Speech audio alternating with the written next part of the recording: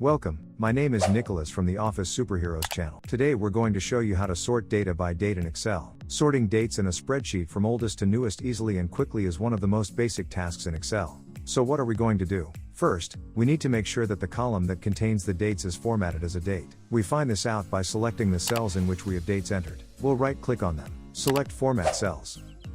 And if we have a cell formatted as a date, we've got it right. We can continue. Now we'll select the entire table that we want to sort. We're going to go to the Data tab.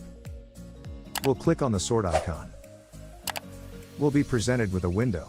In this window, we can set the necessary data. Since we have also selected the header, we will leave the My List as Headers option checked. This will ensure that the Sort by List will display the column header names from our table. We want to sort by date, so we select the Date option. In the Order section, we select whether we want to sort the dates from oldest to newest or newest to oldest. Select Newest to Oldest. Click OK. Done.